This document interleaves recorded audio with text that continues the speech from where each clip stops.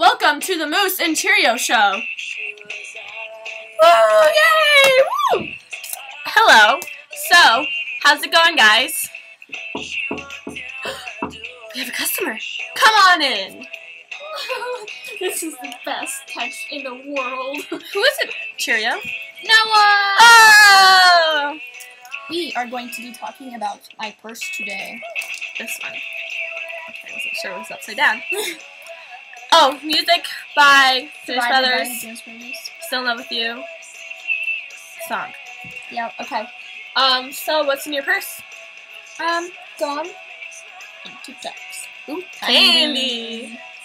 Would you like some gum? Moose? Sure. Why not? Thank you. That's the cockroach. Best in the world. Gum thing. I don't like gum fine. anymore. I'll offer you some real gum. Icebreakers. Icebreakers. Is this bad gum or not? No, it's not chip. It's really good. Are you sure? Yes. I guess I'll have some. It's all good. So you also said we had Tic-Tacs in your purse? Yep. What kinds?